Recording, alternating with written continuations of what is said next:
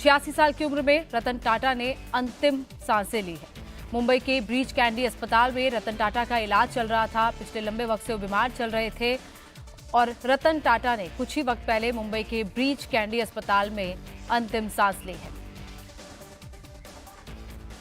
हमारे साथ इस वक्त राजेश मुंबई से लाइव जुड़ चुके हैं। राजेश, क्या इस वक्त जानकारी रतन टाटा जी के बारे में सामने आ रही है, क्योंकि लंबे वक्त से वो बीमार तो चल रहे थे, इसके अलावा क्या क्या और अस्पताल की तरफ से जानकारी या उनके परिवार की तरफ से जानकारी मिल पाई है?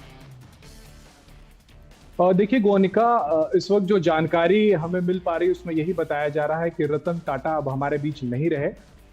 थोड़ी देर पहले उन्होंने अंतिम सांस ली है मुंबई के ब्रीच कैंडी अस्पताल में। 2 दिन पहले उन्हें भर्ती किया गया था, तब खबरें आई थी कि वो सीरियस हैं, लेकिन उनके द्वारा एक पोस्ट किया गया था सोशल मीडिया पर जिसमें उन्होंने कहा था कि उनकी तबीयत ठीक है और एज रिलेटेड इश्यूज के वजह से वो अस्पताल में एडमिट हुए हैं। लेकिन आज शाम से एकाएक खबरें फिर से आने लगी कि वो आईसीयू में हैं, उनकी हालत जो है वो बहुत ज्यादा खराब है। इस बाबत अभी तक टाटा ग्रुप की तरफ से, उनके परिवार की तरफ से या अस्पताल की तरफ से बहुत ज्यादा हमें पता नहीं चल पाया, लेकिन इतनी जानकारी जो हमें मिल पाई है उसमें बताया जा रहा है कि रतन टाटा अब हमारे बीच में नहीं रहे हैं।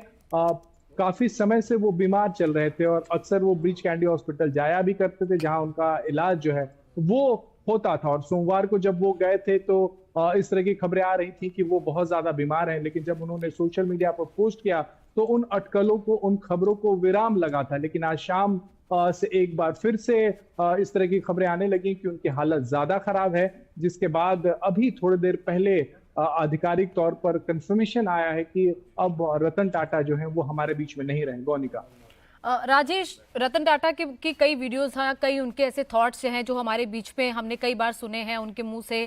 कई बार लोग उनके व्यक्तित्व की बहुत तारीफ करते हैं। क्या उनके व्यक्तित्व की कुछ ऐसी बातें हैं जो आप शेयर करना चाहें, क्योंकि रतन टाटा ने टाटा ग्रुप को जिस ऊंचाई पर वो लेकर गए हैं और इसके अलावा एक व्यक्ति के तौर पर भी उन्हें लोग याद रखते हैं? बिल्कुल, इंडस्ट्रियलिस्ट के साथ साथ उन्हें फिलैंथ्रोपिस्ट भी कहा जाता था, यानी कि समाज के लिए बहुत कुछ किया है रतन टाटा ने। टाटा ग्रुप ने बहुत कुछ किया है और ये देश, ये समाज उसे भूल नहीं सकता है। और खास करके अगर रतन टाटा की बात करें तो अक्सर वो कई ऐसे जेस्चर्स किया करते थे जिससे समाज में एक अलग मैसेज जाता था। और मुंबई में कई बार जब वो दिखते थे, या तो स्टूडेंट्स के साथ कई बार दिख जाते थे या किसी कार्यक्रम में जब दिखते थे, तो जो वहां पे लोग होते थे उनसे बड़े अच्छे से मिलते थे और उनको किसी न किसी तरीके से इंस्पायर किया करते थे अपने बातों से, अपने कार्यकलापों से। तो ये सिर्फ टाटा परिवार का नुकसान नहीं है, ये पूरे देश का नुकसान है कि जिस तरीके से फिलैंथ्रोपिस्ट थे, समाज सेवक थे रतन टाटा, जो अब हमारे बीच में नहीं रहे।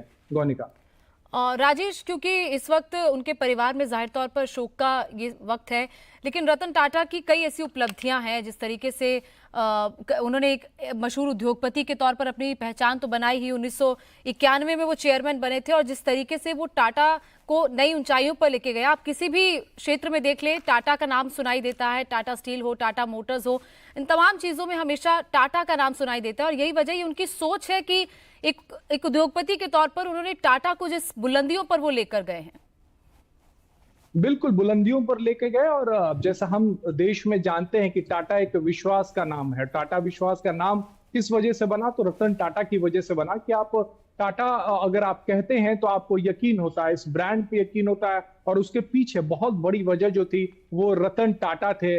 आप अगर कोई भी आप टाटा के किसी भी सेक्टर में चले जाए, चाहे वो आपके मोटर कार हो या किसी भी सेक्टर में चला जाए, और खास करके मुंबई की अगर हम बात करें गोनिका, तो यहाँ टाटा का जो कैंसर हॉस्पिटल है वो देश के लाखों लोगों के लिए एक उम्मीद बना रहता है, एक आखिरी उम्मीद बना रहता है। जब कोई कैंसर से पीड़ित होता है तो उसे पहला नाम अगर कोई याद आता है तो वो टाटा कैंसर हॉस्पिटल याद आता है। और ये जो उपलब्धि है और ये जो समाज सेवा है वो टाटा ग्रुप के लिए बहुत बड़ा है और इसमें रतन टाटा का अहम योगदान रहा है। बिल्कुल राजेश, जैसे आप भी जानकारी दे रहे हैं उनके व्यक्तित्व के बारे में और एक उद्योगपति के तौर पर जिस तरीके से उन्होंने टाटा को और खुद और को नई बुलंदियों पर पहुंचाया है। रतन टाटा के बारे में कुछ जानकारियां भी दर्शकों को दे दे। 28 दिसंबर 1937 को उनका जन्म हुआ था। उनका जन्म जमशेद जी टाटा के दत्तक पोते वो हैं और इसके अलावा नवल टाटा के वो बेटे हैं। उनकी स्कूली शिक्षा मुंबई में हुई थी और कार्लिन यूनिवर्सिटी से उन्होंने आर्किटेक्चर बीएस की पढ़ाई की थी। उसके बाद हार्वर्ड यूनिवर्सिटी के बिजनेस स्कूल में वो गए, जहां से उन्होंने एडवांस मैनेजमेंट का प्रोग्राम किया और फिर 1962 में उन्होंने टाटा समूह के साथ करियर की शुरुआत की थी। 1991 में जेआरडी टाटा के बाद वो समूह के 5वें अध्यक्ष बने थे। तो एक लंबा करियर उनका रहा है और इसके अलावा कई पुरस्कारों से उन्हें सम्मानित भी किया गया। फिर चाहे वो 2000 में पद्म भूषण सम्मान से उन्हें सम्मानित किया गया, इसके अलावा 2008 में उन्हें पद्म विभूषण से सम्मानित किया गया था और कई विदेशी कंपनियों का भी अधिग्रहण किया गया है उनके टेन्योर के अंडर, जैसे कि टेटली, जगुआर लैंड रोवर और इसके अलावा कोर्स का भी टाटा समूह में ही अधिग्रहण हुआ है।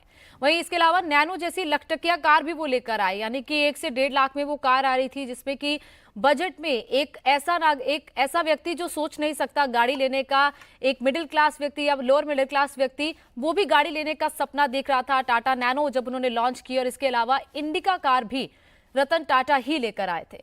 राजेश, जैसे हमने उनके बारे में बताया, खासतौर पर टाटा नैनो की बात सबको याद आती है कि जब इस तरीके से वो जो आइडिया एग्जीक्यूट किया गया था कि एक ऐसी कार जो बजट कार है, बजट फ्रेंडली है, 1 से 1.5 लाख में वो गाड़ी आ रही थी और वो आम लोगों के लिए, जो लोग 5 से 7 लाख या 10 लाख की गाड़ी नहीं ले सकते थे, 1 से 1.5 लाख की गाड़ी में भी उनका गाड़ी का सपना पूरा हो रहा था।